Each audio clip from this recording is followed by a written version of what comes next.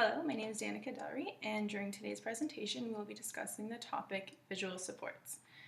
We are all here to help better understand what a visual support is, and the importance of visual supports, and why we use them when working with someone we know with autism spectrum disorder, or ASD. We will be focusing on 3 specific visual supports, including first-then boards, visual schedules, and clocks or timers. I chose these as it was the supports the majority of the group wanted to really focus on. So just before we begin, I have a couple of handouts to go over. The first one I've already handed out to you, which is a brainstorming or a discussion handout. We will all do together shortly. Next is a visual support resource that you'll be able to take home, which I'll be handing out at the end of the presentation. And lastly is the post-test, which we will do together later at the end of the presentation.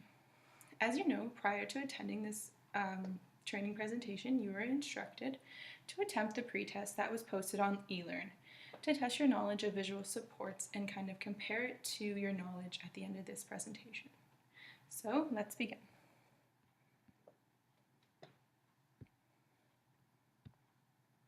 So first we have some learning objectives. The learner will be able to, at the end of this presentation, understand what a visual support is, the reason to use and the importance of visual supports with ASD learners. As well, the learner will understand how to create a visual support.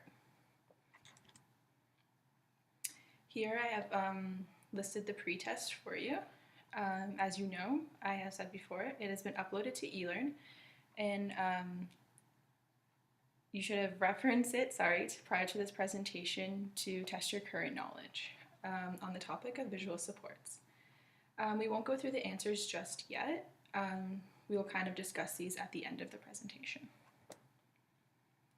First, in front of you, we have a visual supports icebreaker. The handout in front of you is where you can jot down some notes as well, or some thoughts throughout the entire presentation. So let's get started on the question. First, what are some reasons for using visual supports with learners with autism spectrum disorder? Okay, so some of you have answered to help parents communicate with their child, which is one of the main reasons. Next, to help their child communicate better with others, which is also very important for learners on the spectrum. And third, we have beneficial to their everyday lives and routines at home, schools, or any other environments. So these are only some of the reasons as to why using visual supports is important when working with learners with ASD. So next, let's take a look at this short video about using visuals to teach autistic learners.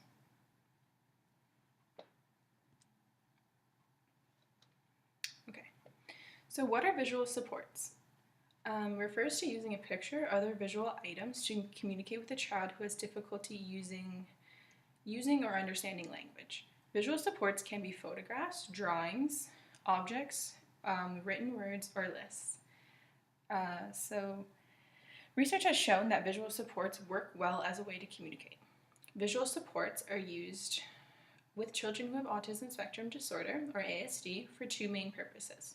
So 1, they help parents communicate better with their child, which we have listed in our icebreaker activity. And 2, they help their child communicate better with others, another answer that you guys provided. The importance of visual supports. The main features of ASD are challenges in interacting socially, using language, and having limited interests or repetitive behaviors. Visual supports help in all 3 areas. Individuals with ASD may not understand social cues as they interact with others in daily activities. They potentially might not be able to grasp social expectations, such as how to start a conversation or how to respond to others when they make social approaches, or how to change behavior based on unspoken social rules. So visual supports can also help teach social skills and help learners use them on their own in different social situations. So next, individuals with ASD can find it difficult to understand and follow spoken instructions. As well, expressing their needs can be very difficult for them. Visual supports can help parents communicate to their child what they expect, thus decreasing frustration when communicating. Visuals aid in appropriate and positive communication strategies. Lastly, some individuals with ASD can be very anxious or act out when a routine is changed or unfamiliar to them. Visuals can help them understand what to expect and what will happen, thus reducing anxiety. So now we will get into the actual visual supports that we are focusing on. So based on the interests of the group, I chose to focus on 3 visual supports, including first then boards, visual schedules, and clocks or timers. So first we have first then board, a visual display of something the child prefers that will happen after completing a task that is less preferred. A visual schedule is a visual representation of what is going to happen throughout the day or within a task or activity. So next we have clocks or timers. Useful for transition, as daily transitions can become very overwhelming for individuals with ASD, as we had mentioned before. A visual is also a visual representation of how much time the individual has during a specific activity. Again, these are only a few of the many visual supports you can use with individuals with ASD. We will go into further detail of these supports that can be beneficial to the child that you will be implementing them with. The type of visual support used should be dependent on the child's abilities and should be monitored closely to ensure its effectiveness. So when talking about a first then board, before we get into it, I just have a short video for you guys to watch. Okay, so when is it helpful? A first then board is helpful in teaching children with ASD to follow directions and learn new skills. Using a first then board to structure their time into beginning steps that are manageable and clear to them. It motivates them to do activities that they do not like to do and clarifies activities that they do like to do. It is a visual reminder that once the learner has finished a non-preferred task, they will be able to do another preferred activity. A first then board develops the language foundation needed to complete multi-step directions and activities, leading them to use more complex visual systems. So here we have an example of a first then board, which I have made. You can see it is laminated and has Velcro for easy take on and take off. So how do you teach or use it? First, it is important to decide on the task that you want the child to complete first. This goes in the first box. So we have washing hands, place it in the first box. And the preferred item or activity. This goes in the then box. We have snack, place it in the then box. That the child can have immediately after the first task is completed. It is important to choose a preferred activity that will motivate the child enough to ensure that they will want to follow your direction. So next, place the visuals on the board, such as photos or drawings. In our case, we have photos with written words. For the activity that you choose, there can be many other pictures that you have that will happen in their actual daily life. You will then present the board to the individual and give a brief verbal instruction, such as first, wash hands, then snack. You can refer back to the board while the learner is doing the task. So after the first task is done by the individual, refer back to the first then board, which you still have. You can verbally tell the child, all done washing your hands, now time for snack. Again, it is important to immediately provide the child with the reinforcing item or activity.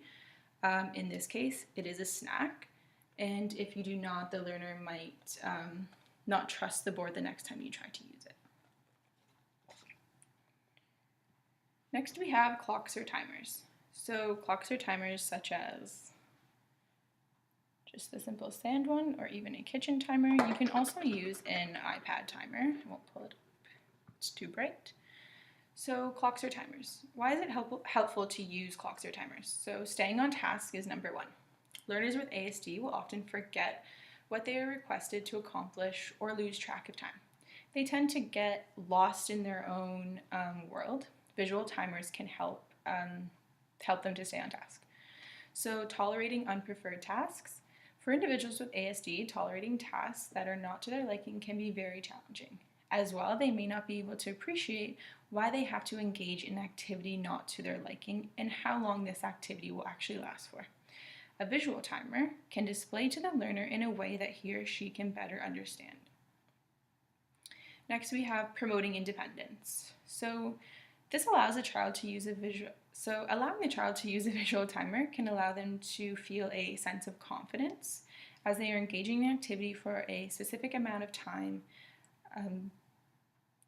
before moving on to something else.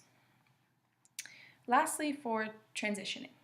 Timers are ideal in helping ASD learners with transitions, both transitioning from a preferred activity to an unpreferred activity. This can be challenging, but timers help in these situations.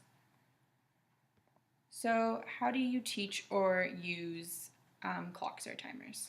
So allowing individuals with ASD to see how much time remains in the activity before they have to move on to another one in a different location or new event. Concepts related to time can be challenging for learners with ASD. For example, telling them to wait a second or we need to leave in a minute. This can be confusing to learners on the spectrum, especially if time telling has not yet been a mastered skill. It is important to present information related to time visually to help in making concepts seem more meaningful to them. So lastly, clocks or timers can aid in transitions. It allows them to see how much time they have left at what they are doing and when they are expected to transition onto something new instead of overwhelming them and just saying it is time to move on. This can also reduce any anxieties related to the transition that is coming up.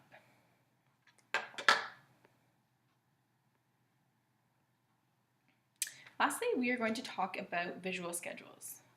So when is a visual schedule helpful? Visual schedules are helpful in breaking down a task that has multiple steps to ensure the teaching of those steps. It is a visual representation of the sequence of activities during a set period of time. For example, rather than overwhelming the individual with instructions for the entire day, breaking it down into lunchtime or an hour IBI session, and so on, will make the process seem less stressful. With a concrete schedule, it can provide the right amount of structure and predictability. Clear visual schedules can benefit the learner and keep them on track of activities while helping with a sense of time. So how do you teach or use a visual schedule?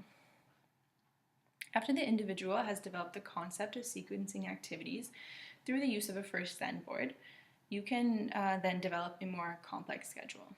You will then decide the activities that will be in use of pictures of the schedule. So here we have an example of a schedule. Again, it is laminated. For the purpose of our presentation, we'll be talking about an afternoon schedule. You can also have a home time schedule or a lunchtime schedule or a morning schedule, or as said before, even an hour IBI schedule. You will use pictures, such as the one I have on the board, or any other extra pictures that you have to use throughout the day. Some examples are carpet time, bathroom, snack, outdoor time. So just things that will actually happen throughout the day in that specific order. So it is vital that you have both preferred and non-preferred activities for the individual. So together, you will place the pictures on the schedule. We have pictures with written words for the child to use as their reference. Having the schedule be portable such as using it in a binder, placing it inside, or in a permanent place, such as on your fridge or on the wall where the child can always see it.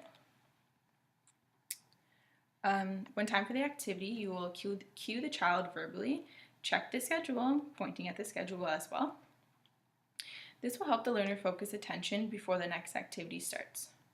In some cases, you might need to physically guide them, lightly guiding their shoulder and prompting the child to the next activity. When the task is complete, cue the child to check the schedule again, using the same procedure in the transition to the next activity.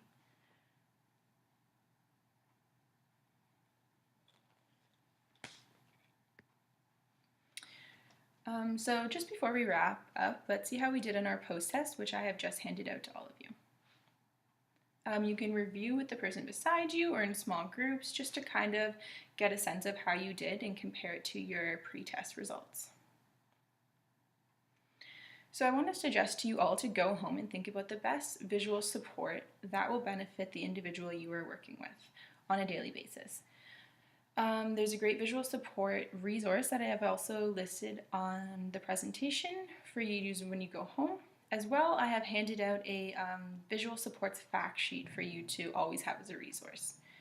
Any questions or concerns before we wrap up the training presentation? I'm hoping that today's presentation has given you a better understanding of visual supports and the importance of implementing them with individuals with ASD. It is important to use the right visual support that will benefit your child the most or the student that you are working with. Everyone is different and may not benefit as much from specific visual supports as another individual. Applying what you learned today to the best of your ability is important in assisting your child in everyday life. Thank you all for attending, and please do not hesitate to ask any more questions that you may have.